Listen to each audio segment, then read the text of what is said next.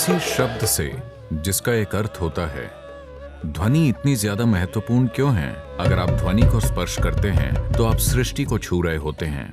अगर आप किसी शब्द को स्पर्श करते हैं तो आप बस इंसान की मनोवैज्ञानिक संरचना में प्रवेश करते हैं।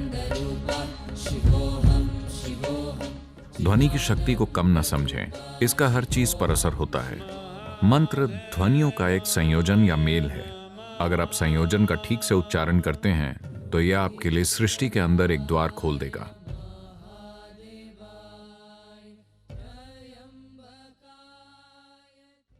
नमस्कारम सद्गुरु।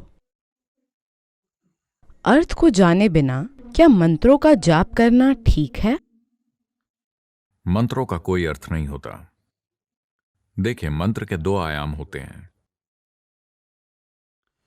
Mantras are not supposed to have any meanings in the tradition. मंत्रों से कोई अर्थ रखने की उम्मीद नहीं की जाती। इस परंपरा में विभिन्न प्रकार के मंत्र हैं। दुर्भाग्य से जो मंत्र सामान्य रूप से जाने जाते हैं उनके अर्थ दिए गए हैं ताकि लोग इनसे जुड़ सकें, क्योंकि बहुत से ऐसे मूर्ख लोग हैं जो ऐसी किसी भी चीज के साथ शामिल नहीं हो सकते जो अर्थहीन हो। इसीलिए वो सूर्योदय, सूर्यास्त, चंद्रमा, पूर्णिमा, हर चीज से वो चूक जाते हैं, क्योंकि उनका कोई मतलब नहीं है। पूर्णिमा का क्या मतलब है? कोई मतलब नहीं है। अगर आप प्यार में हैं सिर्फ तभी इसका काफी मतलब होता है, वरना ये है क्या? कुछ नहीं। इसके कोई मायने नहीं है। इसका मतलब है कि ये उपयोगी नहीं है। तो इस धरती पर सारे बेवकूफ केवल काम की चीजें ही करेंगे। हाँ, क्योंकि उनके पास जीवन को और जीवन के कई पहलुओं को पहचानने की कोई बुद्धिमत्ता नहीं है। ऐसा इसीलिए नहीं है क्योंकि आपने इनके साथ एक बेवकूफी के मायने जोड़ दिए हैं। ये वैसे भी मौजूद हैं। आपसे परे इसका अस्तित्व है। ये आपसे पहले मौजूद था, ये आपके बाद भी मौजूद रहेगा। ऐसा इसीलिए नहीं है क्योंकि आप इसे एक मायने दे देते हैं तो ये उपयोगी हो गया है या उपयोगी नहीं हुआ। तो दुनिया में बेवकूफ लोग केवल अर्थपूर्ण चीजें करेंगे। वो बुद्धिजीवी हो सकते हैं लेकिन जीवन के प्रति मूर्ख। उन्हें जीवन की कोई समझ नहीं है। अगर आपके पास जीवन की समझ है तो आप देखेंगे कि वो सबसे अर्थहीन चीजें ही हैं जो वाकई आपको जीवंत रखती हैं। क्या ऐसा नहीं है? नहीं। इसीलिए उन्होंने दो तरह के मंत्र बनाए। मंत्रों का एक बड़ा समूह जिसका कोई अर्थ नहीं है, सिर्फ शुद्ध ध्वनि। आप हमारे संगीत में भी इसे देखेंगे। यक्ष कार्यक्रम अभी समाप्त हुआ है और हमारे कई लोग जो अर्थ खोज रहे थे वो पूरी तरह से ऊब गए थे, क्योंकि वो 40 मिनट तक आलाप कर रहे थे। कुछ तो कहिए, कम से कम शिव, शंभो, कुछ तो बोलिए। नहीं, टिंग टिंग। वो समझ नहीं पा रहे हैं क्योंकि ये ध्वनि के बारे में है। ऐसा क्यों है कि एक शब्द से जिसका कोई अर्थ है, ध्वनि इतनी ज्यादा महत्वपूर्ण है? अर्थ इंसान के दिमाग में बने हैं। ध्वनि सृष्टि का सार है।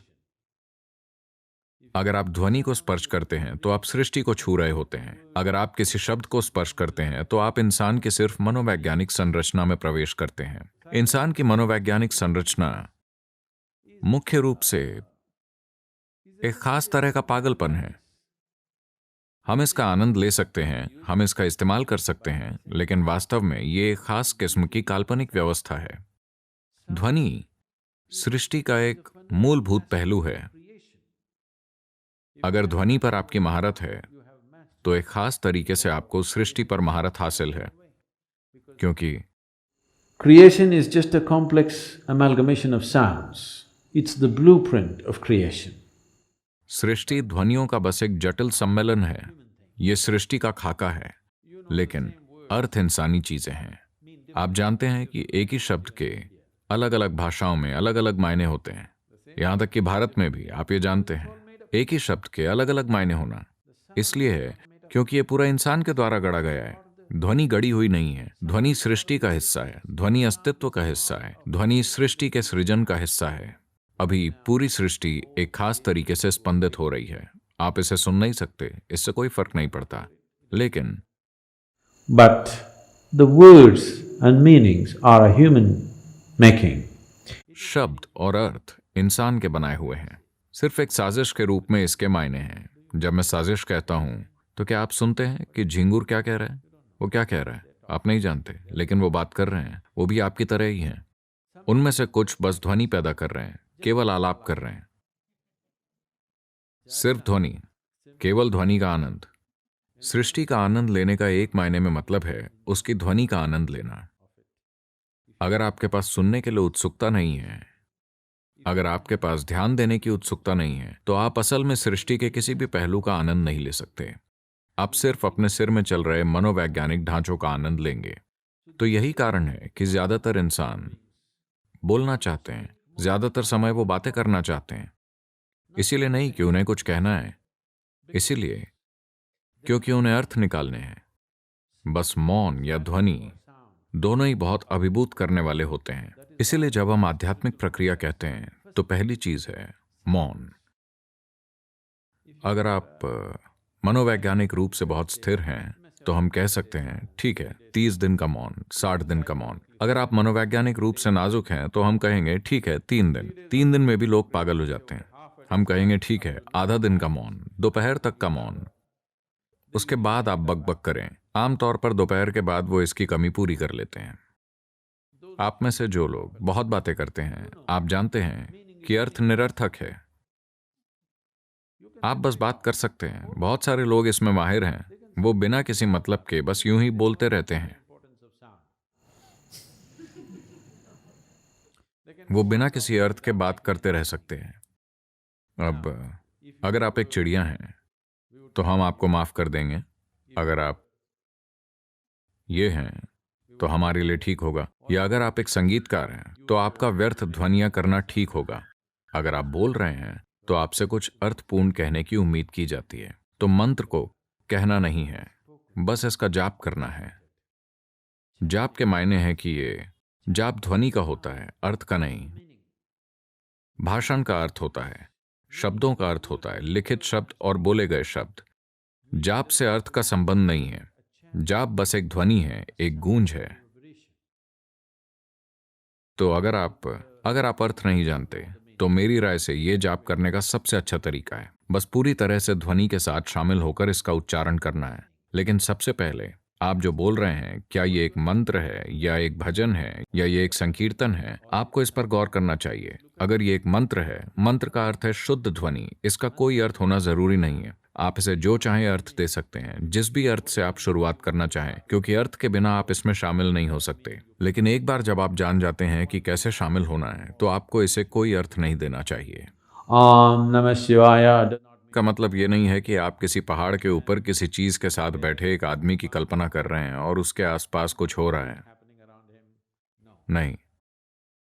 शुरुआत में अगर यही एकमात्र तरीका है जिससे आप इसमें शरीक हो सकते हैं, तो आप शिवकाशी वाले कैलेंडर को देख सकते हैं। ठीक है, एक बार जब आप जान जाते हैं कि ध्वनि के साथ कैसे शामिल हो, तो आप इस आदमी से छुटकारा पा लीजिए। उसकी जरूरत नहीं है, वो एक व्यवधान है। मैं लोगों को सम्यमा में बताता हूँ, वो जब करते होते हैं, उनका सवाल होता है कि अगर शिव आते हैं तो मैं उन्हें तमामों बार पुकार रहा हूँ, अगर वो आते हैं तो उन्हें अनदेखा कर दीजिए। क्योंकि मंत्र के बारे में ये चीज नहीं है। मंत्र ये है कि आप खुद को ध्वनि में शामिल करते हैं, क्योंकि आप स्वयं, आपका भौतिक रूप ध्वनि का एक खास पैटर्न है। अभी आप खुद को ध्वनि के एक अलग पैटर्न में बनाने की कोशिश कर रहे हैं, ताकि ये ध्वनि एक अधिक विशाल ध्वनि तक पहुंचने का जरिया बन जाए, जिसे आप ब्रह्मांड कहते हैं। ध्वनियों की एक अधिक विशाल व्यवस्था की प्रकृति ब्रह्मांडीय है। अब आप कुछ मौलिक ध्वनियों का एक खास क्रम में उपयोग करते हैं। आपको पता है, तिजोरी में तालों को कॉम्बिनेशन ताला कहा जाता है। तो आपको इसे खोलने के लिए इसका सही तरीका या क्रम पाना होगा। तो मंत्र एक कॉम्बिनेशन है। अगर आप सही कॉम्बिनेशन पा जाते हैं तो ये आपके लिए सृष्टि के अंदर एक द्वार खोल देगा। अर्थ अहम नहीं है।